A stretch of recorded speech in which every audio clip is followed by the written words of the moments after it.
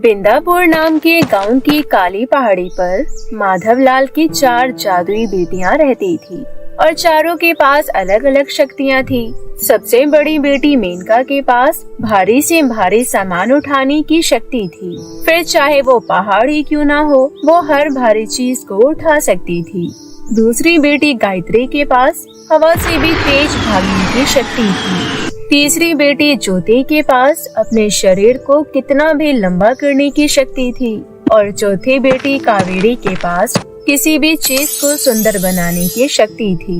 एक दिन ऐसी ही छोटी बहन ज्योति सोती हुई बड़ी बहन मेनका के साथ मस्ती के मूड में होती है। वो एक पंख को मेनका के कानों में सहलाने लगती है। पंख से गुदगुदी होने के कारण मेनका छटपटा जाती है। अरे अरे, सुबह सुबह क्यों परेशान कर रही हो मुझे? चैन से सोने दो मुझे। अच्छा बेटा, सुबह सुबह परेशान करती हो और ऊपर से हंसती भी हो। मुझे इतनी मीठी नींद से उठा दिया तुमने। रुको, अभी बताती हूँ तुम्हें। और तभी मेनका अपने दोनों हाथों से अपने बेड को उठाती है, फिर उसे जोर से जमीन पर पटक देती है और कहती है, तेरा भी यही हाल करूँगी मैं। तभी ज्योति घबराते हुई कहती है, अरे छोड़ दो बहन, छोड़ दो, माफ कर दो, आगे से ऐसी गलती नहीं करूँगी। बस इतने में ही सिट्टी पिट्टी गुल हो गई। अगली बार से मुझसे पंगा लेने की सोचना भी मत। दीदी, आपको गुस्से में देखकर मुझे बड़ा मजा आता है। अच्छा, बड़ी हंसी आ रही है, बताऊं तुझे अभी? ना ना ना ना ना। कावेरी भी वहाँ खड़ी ये सब देख रही होती है और ये सब देखते हुए बहुत जोर जोर से हंसने लगती है और कहती है, दीदी, आपका बेड तो आपने अपने आप ही तोड़ दिया, अब आप सोओगी कैसे? रुकिए, मैं अभी अपने जादू से इसे जोड़कर सुंदर बना देती हूँ। फिर कावेरी अपने जादू से उस बेड को फिर से सुंदर बना देती है। भाई वाह, कमाल कर दिया मेरी प्यारी बहन ने। चलो अब सब चलकर खाना खाते हैं, बहुत भूख लग रही है। ठीक है चलो, वैसे भी सोकर उठते ही मुझे भी बहुत तेज भूख लग जाती है। इसके बाद तीनों खाने की टेबल के पास पहुंच जाती हैं, लेकिन वहां जाकर देखती है तो अभी तक खाना रेडी नहीं हुआ था। तभी मेनका जोर जोर से चिल्लाती है, गायत्री, अरे ओ गायत्री, कहाँ मर गई? जल्दी से खाना लेकर आ, बहुत जोरों की भूख लगी है। और तभी गायत्री वहाँ हवा की तेज रफ्तार से पहुँच जाती है। हाँ, हमें बहुत जोरों की भूख लगी है, जल्दी से खाना दे दो। अभी लो, खाना हो या फिर कहीं जाना हो, मैं सब फटाफट कर लेती हूँ, अभी देखो तुम। इसके बाद गायत्री हवा की तेज रफ्तार से किचन में जाती है और 2 मिनट में सबके लिए खाना बनाकर ले आती है। जैसे ही वो तीनों खाने की चेयर पर बैठने लगती है तो गायत्री को मस्ती सूझती है और वो हवा की रफ्तार से जाते हुए ज्योति की चेयर गायब कर देती है, जिससे ज्योति धड़ाम से जमीन पर गिर जाती है। फिर गायत्री, कावेरी और मेनका जोर जोर से हंसने लगती है। इसके बाद चारों साथ में बैठकर खाना खाती है। ऐसे ही कुछ दिन बीत जाते हैं। फिर एक शाम 9 साल की प्रिया जंगल में पेड़ से आम तोड़ने की कोशिश कर रही होती है कि तभी वहाँ पर ज्योति आ जाती है। अरे ओ छुटकी, ये क्या कर रही हो तुम? प्रिया कांपते हुए बोली, अरे बाप रे, भूत भूत भूत। उसे देखते ही प्रिया के पसीने छूटने लगते हैं और वो बुरी तरह घबरा जाती है। अरे घबराओ नहीं, मैं कोई भूत नहीं हूँ, मैं भी तुम्हारी तरह एक इंसान ही हूँ और मैं यहाँ तुम्हारी मदद करने के लिए आई हूँ। मेरी मदद? पर कैसे? अभी बताती हूँ। इसके बाद ज्योति अपने हाथों को लंबा करती है और पेड़ से आम तोड़कर प्रिया को दे देती है। प्रिया ये देखकर बहुत ही खुश होती है और जाते जाते ज्योति से कहती है, धन्यवाद, आप तो बहुत अच्छी हो भूत आंटी। भूत आंटी? भूत आंटी नहीं, ज्योति दीदी। अगर तुम मुझे दीदी कहोगी तो मुझे ज्यादा अच्छा लगेगा। ठीक है दीदी, अब मुझे जाना चाहिए, मुझे देर हो रही है, माँ राह देख रही होगी, मुझे जाना होगा। बाय बाय दीदी। Bye bye. इसके बाद एक दिन घर पर चारों बहनें अपने अपने बेड पर लेटी हुई होती है। तभी मेनका कहती है, यार बहुत दिन हो गए, हम नीचे गांव का चक्कर लगाने नहीं गए। चलो आज थोड़ा टहल कर आते हैं, बहुत दिनों से इंसानों का चेहरा नहीं देखा। लेकिन लोग तो हमारा चेहरा देखते ही डर जाते हैं, हम बाहर कैसे जाएंगे दीदी? इसमें हमारी क्या गलती है? आखिरकार हम भी तो उनकी तरह इंसान ही है ना। देखो बहन, जिसको जो सोचना है सोचने दो। हम मंदिर के रक्षक हैं। एक ना एक दिन उन सबको ये बात समझ आ ही जाएगी। इसके बाद चारों गांव की ओर निकल पड़ते हैं, लेकिन वो जहाँ जहाँ से गुजरते लोग उनको देखकर झट से अपने अपने घरों में जाकर छुप जाते। देखो दीदी, हम लोग को देखकर कैसे सब भाग रहे हैं। तुम जरा यहीं ठहरो, अभी मैं कैसे मस्ती करके आती हूँ। फिर ज्योति अपना लंबा सा हाथ करके दुकान में बैठे लाला के सर की टोपी उठा लेती है। लाला अपने गंजे सिर पर हाथ फेरते हुए देखता है तो वो उन चारों को देखकर घबरा जाता है और कांपते हुए कहने लगता है, तुम लोग यहाँ पर क्या कर रहे हो? इसके बाद ज्योति जादू से लाला के पास में जाकर खड़ी हो जाती है और उसके कंधे पर हाथ रखते हुए कहती है, क्यों लाला जी, हम यहाँ नहीं आ सकते क्या? अरे तुमसे थोड़ा बतियाने आई हैं। अरे बचाओ, कोई तो बचाओ मुझे। ज्योति, अब तुम बेकार में लोगों को परेशान करना बंद करो और वापस इधर आ जाओ। हाँ हाँ, बड़ी दीदी बिल्कुल सही कह रही है। इसके बाद नोटी ज्योति अपने बहनों के पास वापस आ जाती है कि तभी अचानक सबको धरती पर एक अजीब सा जोरदार कंपन महसूस होता है। अरे ये क्या हो रहा है? ये धरती क्यों कांप रही है? हाँ, मैं भी कांप उठी एकदम। मैंने भी कंपन महसूस किया। अरे पर ये हो क्या रहा है, कोई बताएगा? इसके बाद सभी गांव वाले अपने अपने घरों से निकल आते हैं और जोर जोर से चिल्लाते हुए कहते हैं, भागो भागो, गांव में भूकंप आ गया। जल्दी से सब लोग अपने अपने घरों से बाहर आ जाओ। अचानक से भूकंप कैसे आ गया? वो देखो, जमीन किस तरह से हिल रही है। अरे अब तो सर्वनाश होगा। लेकिन ये जमीन क्यों कांप रही है? रुको, मैं अभी जाकर देख कर आती हूँ। फिर गायत्री अपनी तेज हवा जैसी रफ्तार वाली शक्ति से प्राचीन मंदिर के पास पहुँच जाती है और वहाँ देखते हुए कहती है, अरे नहीं, ये क्या? गांव के प्राचीन मंदिर में चोर घुस गए हैं और तो और ये मंदिर का गेट तोड़ने की कोशिश कर रहे हैं। मुझे जल्द से जल्द सभी बहनों को ये बात बतानी होगी, नहीं तो अनर्थ हो जाएगा। इतना कहकर गायत्री अपनी बहनों के पास वापस जाती है और सबको बताते हुए कहती है, दीदी, गांव के प्राचीन मंदिर में चोर घुस गए हैं। वो लोग गांव के खजाने की चोरी करने के लिए गेट तोड़ने की कोशिश कर रहे हैं और जिस वजह से उन्होंने बहुत बड़ा विस्फोटक लाया है। विस्फोटक इतना बड़ा है कि पूरा गांव तबाह हो सकता है। हमें उन्हें रोकना होगा। हाँ, तुम सही कह रही हो। अगर उन्होंने वो गेट तोड़ दिया तो अनर्थ हो जाएगा। चलो बहनों, अब समय आ गया है अपनी शक्तियाँ सबको दिखाने का और इस गांव को बचाने का। चारों बहनें गांव के मंदिर के सामने बने हुए बड़े पेड़ के पास जाकर छुप जाती हैं और मंदिर की तरफ देखने लगती है। मंदिर के गेट के बाहर 3 चोर थे, जिसमें से एक विस्फोटक पर टाइम सेट कर रहा था और बाकी दोनों लकड़ी के बहुत बड़े टुकड़े से गेट को तोड़ने की कोशिश कर रहे थे। टाइम सेट करने वाले चोर ने 1 मिनट का टाइम सेट किया और वो दोनों भागकर एक पहाड़ के पीछे जाकर छुप जाते हैं। उसके बाद ज्योति और कावेरी अपने जादू से उन चोरों के पीछे जाकर खड़े हो जाते हैं। गायत्री और मेनका मिलकर चोरों को भगा भगा कर बहुत मारते हैं। मारते मारते उन्होंने चोरों को अधमरा कर दिया था। विस्फोटक फटने में सिर्फ 30 सेकंड बचे थे। विस्फोटक बहुत बड़ा और भारी था, इसलिए मेनका उस विस्फोटक को अपने हाथों से उठा लेती है और गायत्री अपनी जादुई शक्ति की मदद से उसको हवा जैसी तेज रफ्तार से गांव के बाहर ले जाती है। बाहर ले जाते ही विस्फोटक फट जाता है और उसके झटके से मेनका और गायत्री घायल हो जाती है। गांव वाले पुलिस वालों को बुला ले आते हैं और तीनों चोरों को उनके हवाले कर देते हैं। मेनका और गायत्री घायल तो हुई थी, लेकिन उन्हें ज्यादा चोट नहीं आई थी। उनकी जादुई शक्तियों की वजह से वो कुछ ही देर में ठीक हो जाती है। क्या बात है, हम बच गए। जिनको तुम सब लोग भूत कहते थे, आज उन्होंने ही हमारी रक्षा की है। साथ ही हमारे गांव के प्राचीन मंदिर के खजाने को भी बचा लिया है। प्रिया बिल्कुल सही कह रही है। आज उन चारों बहनों की वजह से ही ये गांव बच पाया है। चलो अब उनके पास चलकर उनका शुक्रिया अदा करते हैं। इतना कहकर सभी गांव वाले उन चारों बहनों के पास जाते हैं और कहते हैं, आज तुम चारों की वजह से हम गांव वालों की जान और हमारा खजाना बच गया है। तुम्हारा बहुत बहुत शुक्रिया। हम लोगों को माफ कर दीजिए, हम लोगों ने आप लोगों को गलत समझा। अरे नहीं नहीं, आप लोग ये सब क्या बोल रहे हैं? और शुक्रिया किस बात का? आखिर है तो ये भी हमारा ही गांव ना। हाँ हाँ बिल्कुल, ये गांव भी तुम्हारा ही है और आप सब इस गांव के सदस्य ही हैं। तो अब से आप भी हमारे साथ इस गांव में रह सकते हैं। हाँ हाँ, हम सब भी आप लोगों के साथ इसी गांव में मिलकर रहना चाहते हैं। हाँ, बहुत मजा आएगा, हम सब साथ रहकर बहुत एंजॉय करेंगे।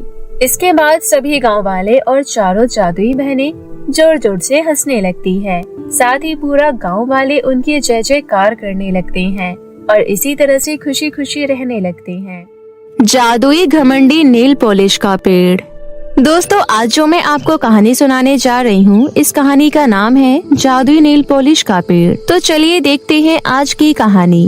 बहुत समय पहले की बात है, किसी गांव में स्वाति नाम की एक लड़की रहा करती थी। वो दिखने में बहुत ही बदसूरत थी, लेकिन वो बहुत ही नेक दिल लड़की थी। वो अक्सर गांव वालों की मदद किया करती थी। स्वाति के माता पिता उसकी शादी को लेकर बहुत चिंतित रहते थे, क्योंकि स्वाति के काले रंग की वजह से उसको कोई भी पसंद नहीं करता था। उसी गांव में एक जंगल था। उस जंगल में एक जादुई नेल पॉलिश का पेड़ था। उस पेड़ के चारों तरफ एक दीवार बनी हुई थी।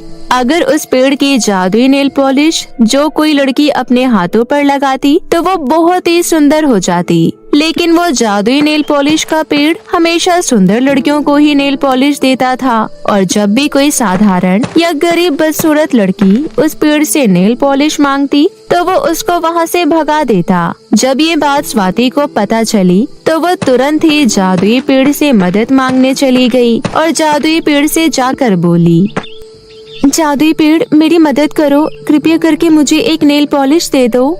स्वाति को देखकर जादुई पेड़ को बहुत गुस्सा आ रहा था। तभी वो बोला, तेरी हिम्मत कैसे हुई यहाँ आने की? जादुई पेड़, मैं तुम्हारे पास बड़ी आस लेकर आई थी। देखो ना, मैं कितनी बदसूरत हूँ। मेरी बदसूरती की वजह से मेरी शादी भी नहीं हो पा रही है। जो भी लड़का मुझे देखने आता है वो मुझसे शादी करने से इनकार कर देता है। मेरे माता पिता मेरी शादी को लेकर बहुत चिंतित है। प्लीज अपनी एक नेल पॉलिश मुझे दे दो ना, जिसे लगाकर मैं खूबसूरत बन जाऊँ ताकि मेरी शादी हो सके। ए लड़की, मैं तुझे अपनी नेल पॉलिश नहीं दूंगा। मैं सिर्फ सुंदर और अमीर लड़कियों को ही अपनी नेल पॉलिश देता हूँ, तुम जैसे गरीबों को नहीं।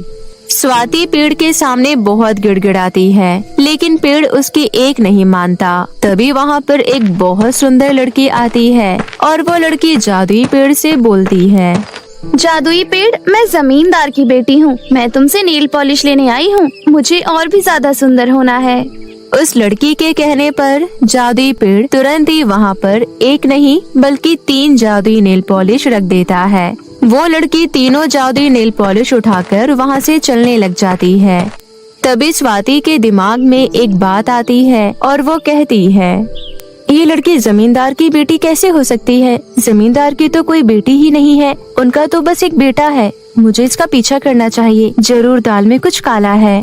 ऐसा सोचकर स्वाति उस लड़की का पीछा करने लगती है। काफी दूर चलने के बाद वो लड़की जंगल के अंदर एक गुफा में चली गई। स्वाति को थोड़ा बहुत डर लग रहा था, लेकिन वो तब भी उस गुफा के अंदर घुस जाती है और उस लड़की को छुप छुप कर देखने लगती है। तभी वो लड़की एक डरावनी चुड़ैल में बदल जाती है। फिर वो चुड़ैल उन 3 नेल पॉलिश में से एक नेल पॉलिश अपने हाथ में लगाती है और वो तुरंत ही अधिक सुंदर हो जाती है।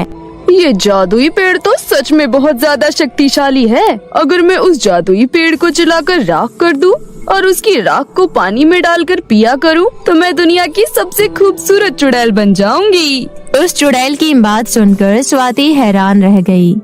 अरे ये क्या? ये तो कोई दुष्ट चुड़ैल है। मुझे जादुई पेड़ को ये सब बताना होगा। ऐसा सोचकर स्वाति तुरंत ही जादुई पेड़ के पास जाती है और उसे सारी बात बता देती है, लेकिन पेड़ उसकी बात का बिल्कुल विश्वास नहीं करता। मुझे तेरी बात पर बिल्कुल भी विश्वास नहीं है। मैं अपनी रक्षा खुद करना जानता हूँ। स्वाति दुखी होकर वहाँ से चली जाती है। अगली सुबह चुड़ैल उस पेड़ को काटने के लिए वहाँ पहुँच जाती है। चुड़ैल को देखकर पेड़ घबरा जाता है। अरे, उस लड़की ने तो मुझे सच कहा था। ये दुष्ट चुड़ैल मुझे मारना चाहती है। ये मुझे मार डालेगी। मैं जल्दी से अपनी दीवारों को ऊंचा कर लेता हूँ। ऐसा सोचकर पेड़ अपनी चारों तरफ बनी हुई दीवार को ऊंचा करने लगता है, लेकिन दुष्ट चुड़ैल अपनी जादुई शक्ति से उस दीवार को तोड़ देती है। तू कितनी भी कोशिश कर ले जादुई पेड़, तू मुझसे नहीं बच पाएगा। ऐसा कहकर चुड़ैल जैसे ही पेड़ को काटने लगी, तभी वहाँ पर अचानक स्वाति मशाल लिए भागती हुई आती है और कहती है, तुमने इस पेड़ को नुकसान पहुँचाने के लिए सोचा भी कैसे? अगर तुमने इसे हाथ भी लगाया तो मैं तुम्हें जलाकर भस्म कर दूंगी। स्वाति की बात सुनकर चुड़ैल जोर जोर से हंसने लगती है। तू मुझे भस्म करेगी बेवकूफ? लगता है तुझे पता नहीं मैं कितनी शक्तिशाली हूँ। मुझसे मुकाबला करेगी तू? ऐसा कहकर चुड़ैल स्वाति को मारने के लिए आगे बढ़ती है। तभी अचानक जोरदार बारिश होने लगी। स्वाति के हाथ में जो मशाल थी वो बुझ गई। अरे नहीं, मेरी मशाल तो बुझ गई, अब मैं क्या करूं? मेरा मुकाबला करने चली थी, अब तू मेरे हाथों से नहीं बचेगी। जैसे ही चुड़ैल स्वाति को मारने वाली होती है, वैसे ही उसका पैर फिसल जाता है, क्योंकि जमीन बारिश की वजह से गीली हो गई थी। स्वाति मौका देखकर चुड़ैल की कुल्हाड़ी उठा लेती है और चुड़ैल के दोनों हाथ काट देती है। ये तूने क्या कर दिया लड़की? ये सब तूने ठीक नहीं किया। अभी तो सिर्फ तेरे हाथ ही काटे हैं, अगर तू यहाँ से नहीं भागी तो तुझे भी काट दूंगी, फिर तेरा किस्सा ही खत्म हो जाएगा। स्वाति की बात सुनकर चुड़ैल वहाँ से भाग जाती है। तभी जादुई पेड़ स्वाति का धन्यवाद करते हुए कहता है, तुम्हारा बहुत बहुत धन्यवाद। तुमने मेरी जान बचाई और मैंने तुम्हारे साथ बहुत बुरा बर्ताव किया, उसके लिए मैं तुमसे माफी मांगता हूँ। अब तुम जितने चाहो उतने जादुई नेल पॉलिश ले जा सकती हो। जादुई पेड़ की बात सुनकर स्वाति बहुत खुश हो जाती है और फिर वो पेड़ का धन्यवाद कर जादुई नेल पॉलिश अपने घर ले आती है और घर आकर वो नेल पॉलिश अपने हाथों पर लगाती है। अगले ही पल स्वाति बहुत ही सुंदर हो जाती है। स्वाति के माता पिता स्वाति को इतना सुंदर देख बहुत खुश हो जाते हैं। उस दिन से स्वाति के लिए बहुत अच्छे अच्छे रिश्ते आने लग जाते हैं। थोड़े ही दिनों में स्वाति की एक बहुत अमीर घर में शादी हो जाती है। उस दिन के बाद से स्वाति अपने पति के साथ हंसी खुशी रहने लगती है। कुंजपुर गांव में दो औरतें रहती थी। एक का नाम मालती और दूसरी का नाम पार्वती था। मालती बहुत गरीब थी, वहीं पार्वती बहुत अमीर थी। दोनों एक दूसरे के पड़ोसी थे। मालती की एक बेटी थी, उसका नाम तारा था। वहीं पार्वती की भी एक बेटी थी जिसका नाम सोना था। तारा और सोना दोनों एक ही दिन पैदा हुए थे, इसलिए उनकी एज भी बिल्कुल सेम थी। सोना एक बड़े स्कूल में पढ़ती थी, जबकि गरीब तारा एक सरकारी स्कूल में जाती थी।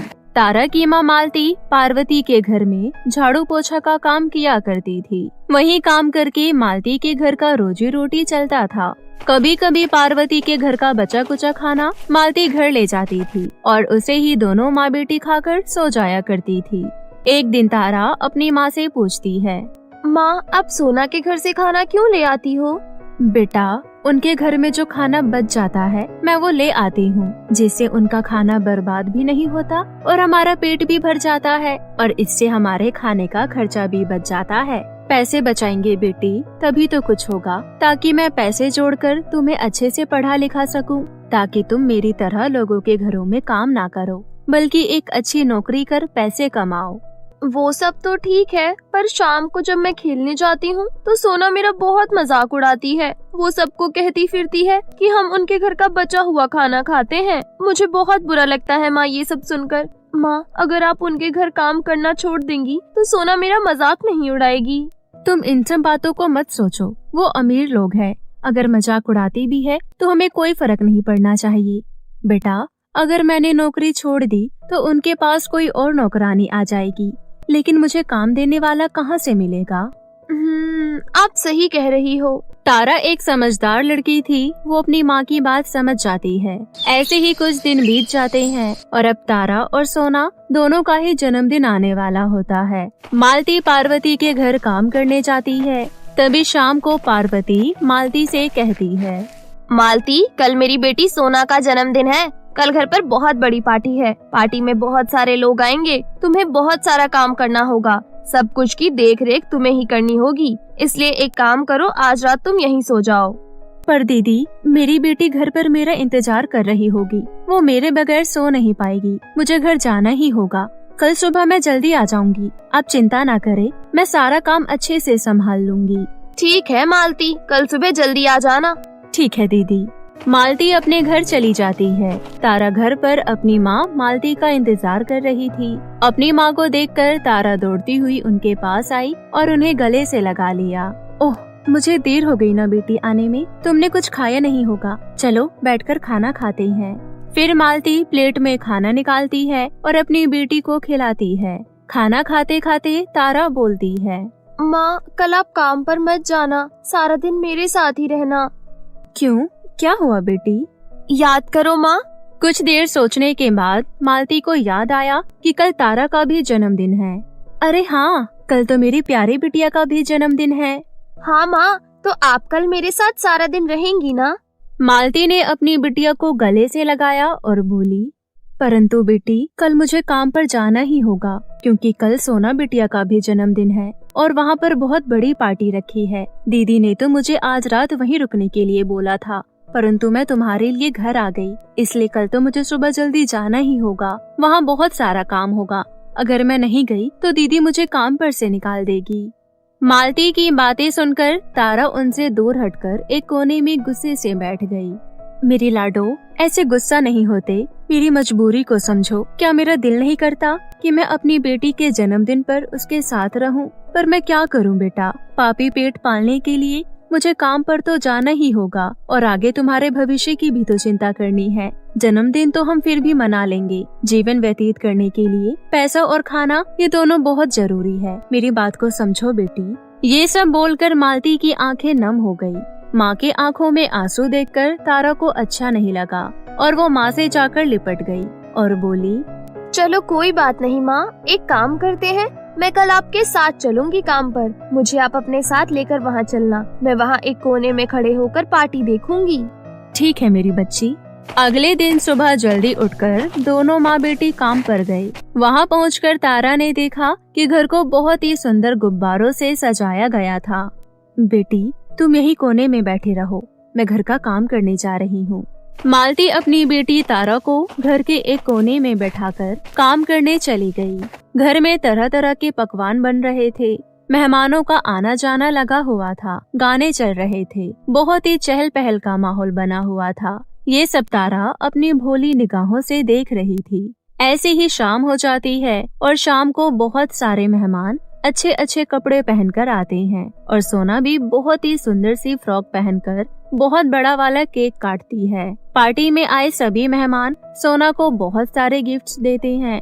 फिर तभी सोना ने देखा कि तारा एक कोने में खड़ी होकर ये सब देख रही है, तो सोना अपने फ्रेंडों के साथ तारा के पास जाती है और उसका मजाक उड़ाते हुए कहती है, देखो देखो, आँख फाड़ फाड़ कर देखो, क्योंकि तुम बस ये सब देख ही सकती हो। असल जिंदगी में तो तुम मेरे जैसा बर्थडे कभी नहीं मना पाओगी।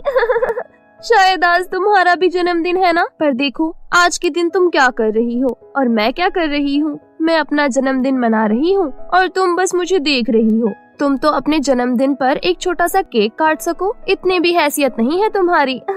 मेरा ये ड्रेस देखो, ये गिफ्ट देखो, ये सारे बहुत महंगे हैं। तुम मेरे जैसे ऐश की जिंदगी सपने में भी नहीं जी सकती हो। इतना कहकर सोना अपने फ्रेंडों के साथ चली जाती है। सोना की बातें सुनकर तारा को बहुत बुरा लगता है और वो रोते हुए घर से निकलकर एक पार्क में चली जाती है और बेंच पर बैठकर रोने लगती है। तारा को रोता देख एक बूढ़ी औरत उसके पास आई और बोली, क्या हुआ बेटी, तुम क्यों रो रही हो? मेरे बगल में रहने वाली सोना का जन्मदिन कितना धूमधाम से मनाया गया। आज मेरा भी जन्मदिन है, पर देखो मैं आज के दिन भी फटे पुराने कपड़ों में हूँ। बस इतनी सी बात के लिए तुम दुखी हो रही हो? आपको ये इतनी सी बात लगती है, पर मेरे लिए बहुत बड़ी बात है। तारा की बात सुनकर उस बुढ़िया ने एक चुटकी बजाई और उसके हाथों में एक सुंदर सा केक आ गया। तारा, तुम्हें दुखी होने की जरूरत नहीं है, ये लो, ये केक लो। इस केक को जब तुम काटोगी और जो भी इस केक को खाएगा वो तुम्हें दुआ देगा जो सच हो जाएगी। लेकिन तारा, इसे सिर्फ तुम अपने जन्मदिन पर ही काटना। अगर तुमने इस केक को उस दिन काटा जिस दिन तुम्हारा जन्मदिन ना हो, तो केक खाने वाले तुम्हें दुआ नहीं बद्दुआ देंगे। इसलिए इस बात का खास ध्यान रखना। और हाँ, ये केक कभी खराब नहीं होगा। हाँ, अच्छा मजाक कर लेती हूँ अम्मा। और आपको क्या लगता है आप मुझे ये छोटा मोटा जादू दिखाकर बहला फुसला लोगी? बेटा, असल में मैं एक जादूगरनी हूँ। अपनी जवानी में मैंने बहुत प्रकार के जादू किए हैं, पर अब मैं बूढ़ी हो गई हूँ, इसलिए अब मैं उतना जादू वादू नहीं करती। पर मैंने तुम्हें दुखी देखा तो मैंने बस ये छोटा सा जादू किया है तुम्हारे लिए। तारा बहुत हैरान होती है और उस बूढ़ी औरत का धन्यवाद करके केक घर ले आती है और घर पहुंचकर अपनी माँ के आने का इंतजार करती है।